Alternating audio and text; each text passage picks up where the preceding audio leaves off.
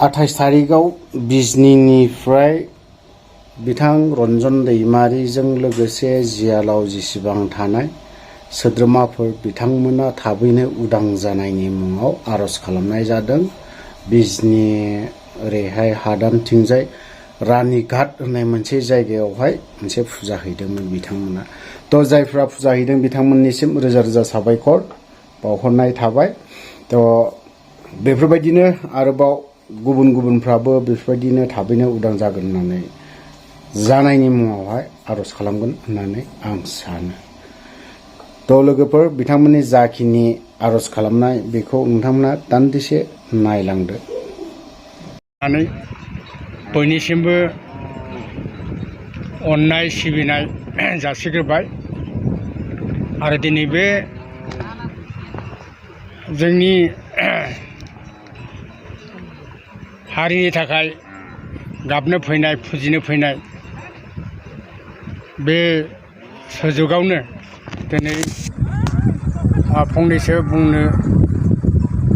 मोननायनि खाबु मोननायनि थाखाय आङो बयनिसिमबो साबायखरखौ बावग्रोबाय। दा दिनै जोङो बेवहाय फुजा होनो फैनायनि जाहोना जाहैबाय दा आथिखाल जोंनि बर'फोरनि गोबां सम सान्दुं अखा मिथियै हाग्रा बंग्रा थाखुमा थाखुमा बर' हारिनि थाखाय जिउयै माहामै जुजिबोनाय जोंनि दावहारु जायजों बुङो ndfb दा बिथांमोनहा थांनाय बिटिआर सुक्ति 27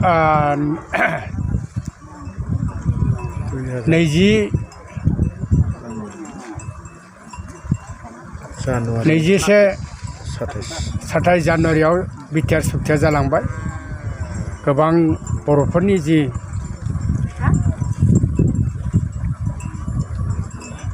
दफाफोरखौ लानानै नाथाय बे सुक्ति जादोंब्लाबो जायफोर सागानगिरि जोंहा ndfb फंबायफोर दङमोन आरो बिथांमोनहा दिनै माखासेया उदाङाव फैबाय, सोरबाबा रायजो सालायनो बिबान मोनबाय। नाथाय जोंहा माखासे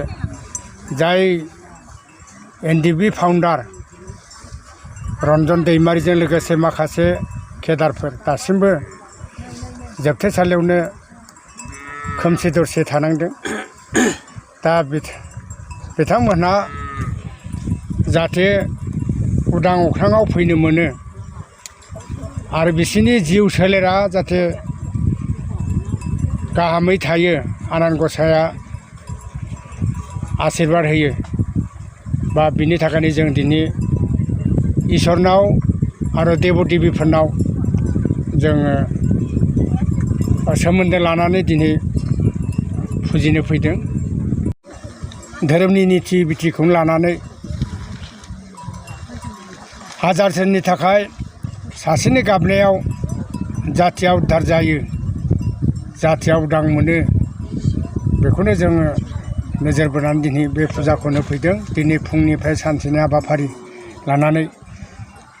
गोदोनि जारिमिनाव गालांनाय रानि गाथोन, गोदोनि ब्रिटिशनि दिनाव रानिया बेयाव फैनानै आगान होफैजेनदों होननानै जों मिथिगौ, आबै आबौनि खिन्थालांनाय। बेखायनो गोदोनि राजा रानिनि माबाफोर दायरिन बा सावसाफोनफ्राव नांनानै हयथ' थानो हागौ, मोदाय दावदायफोरनि देव देबिफोरनि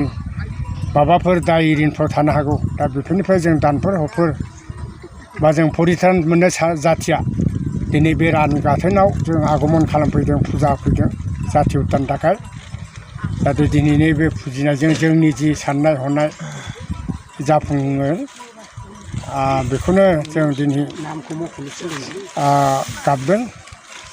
आरो दहायनो बुंलांखादों जोंनि जोबथेसालियाव थानाय ndfbनि गायसनगिरि मानगोनां रन्जन दैमारी बिथांजों लोगोसे गोबां केदारफोर दिनैसिमबो जोबथेसालियाव दं बिसोरखौ जाहाथे सरकारा आयेननि गेजेरजों जाहाथे उदां खालामनानै होयो आरो दानि बिटिआरआव रायजो खुंनाय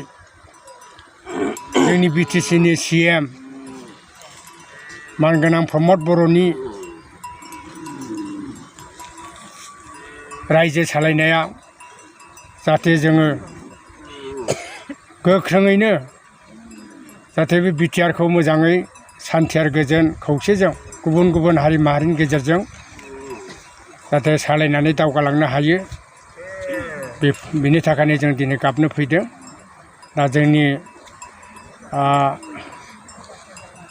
गाबनाया जाहाथे जाफुंसारो इसोरा देव देबि आइ आफाया मोदाय दावदाया जाहाथे बोर आशीर्बादखौ होयो बेखौनो आङो बुंनानै आङो बेखिनियावनो फोजोबबाय गोजोन्थों। जागायदिनि समाबो बोथोराबो थैला माथो खालाम नुजाफैनो हानाय दिनै दाब दाब आसामनि पक्ट' पक्टानि मानाव गिदिर आरो गुरुफोर आरो जोंनि पक्ट' पक्टानिफोर दिनै आङो गिबि आंनि गोसोजों गिदिरनिसिम आंनि मान होग्रोबाय आरो उन्दैनिसिम आङो अननाय होबाय। दिनै जोङो बेवहाय फैनायनि जाहोना जादों माने बियो जोंनि सानखांनानै माबा खालामनो मानसि हिसाबै साननानै जों माबानायल' नङा दा बियो निराखार आइ आफा देव देबिनि बोसोन माखासे लानानै